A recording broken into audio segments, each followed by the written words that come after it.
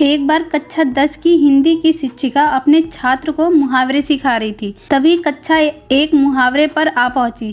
धोबी का कुत्ता न घर का न घाट का। इसका अर्थ किसी भी छात्र को समझ में नहीं आ रहा था। इसलिए अपने छात्र को और अच्छी तरह से समझाने के लिए शिक्षिका ने अपने छात्र को एक कहानी के रूप में उदाहरण देना उचित समझा। उन्होंने अपने छात्र को कहानी कहना शुरू किया। कई साल पहले सज्जनपुर नामक नगर में राजू नाम का लड़का रहता था। वह एक बहुत ही अच्छा क्रिकेटर था। वह इतना अच्छा खिलाड़ी था कि उसमें भारतीय क्रिकेट टीम में होने की क्षमता थी। वह क्रिकेट तो खेलता पर उसे दूसरों के कामों में दखल अंदाजी करना बहुत पसंद था। उसका मन दृढ़ नहीं था। जो दूसरे लोग करते थे वह वही करता था। यह देखकर उसकी माँ ने उसे समझाने की बहुत कोशिश की कि यह आदत उसे जीवन में कितनी भारी पड़ सकती है, पर वह नहीं समझा। समय बीतता गया। उसका अपने काम के बजाय दूसरे के काम में दखल अंदाजी करने की आदत ज़्यादा हो गई। जब भी उससे क्रिकेट का अभ्यास होता था तभी उसके दूसरे दोस्तों को अलग खेलों का अभ्यास रहता था।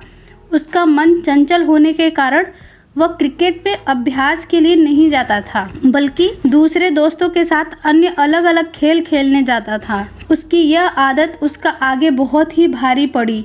कुछ ही दिनों के बाद नगर में ऐलान किया गया, नगर में सभी खेलों के लिए एक चयन होगा, जिसमें जो भी चुना जाएगा उसे भारत का राष्ट्रीय दल में खेलने को मिल सकता है। सभी यह सुनकर बहुत ही खुश हुए और उसी दिन से सभी अपने खेल में चुनने के लिए जी जान से मेहनत करने लगे।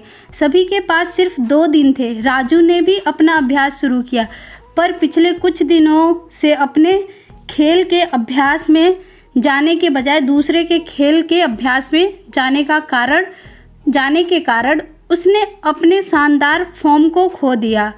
2 दिन के बाद चयन का समय आया। राजू ने खूब कोशिश की, पर अभ्यास की कमी के कारण वह अपना शानदार प्रदर्शन नहीं दिखा पाया और उसका चयन नहीं हुआ। वह दूसरे खेलों में भी चयन न हुआ क्योंकि वे सब खेल उसे सिर्फ थोड़े थोड़े आते थे और किसी भी खेल में वह माहिर नहीं था, जिसके कारण वह कोई भी खेल में चयन नहीं हुआ और उसके जो भी दूसरे दोस्त थे उनके कोई न कोई खेल में चयन हो गया क्योंकि वे दिन रात मेहनत करते थे। अंत में राजू को अपने सिर पर हाथ रखकर बैठना पड़ा और वह धोबी के कुत्ते की तरह बन गया, जो न घर का होता है न घाट का। इस तरह से इस कहानी के माध्यम से सभी बच्चों को इस मुहावरे का मतलब पता चल गया। शिक्षिका को अपने छात्रों को एक ही संदेश पहुंचाना था कि वे जीवन में जो कुछ भी करें सिर्फ उसी में ध्यान दें और दूसरे से विचलित न हो, वरना वह धोबी के कुत्ते की तरह बन जाएंगे, जो न घर का होता है और न घाट का। तो दोस्तों, अगर आपको इस कहानी से कुछ सीख मिला है तो वीडियो को लाइक और चैनल को सब्सक्राइब ज़रूर करें। धन्यवाद।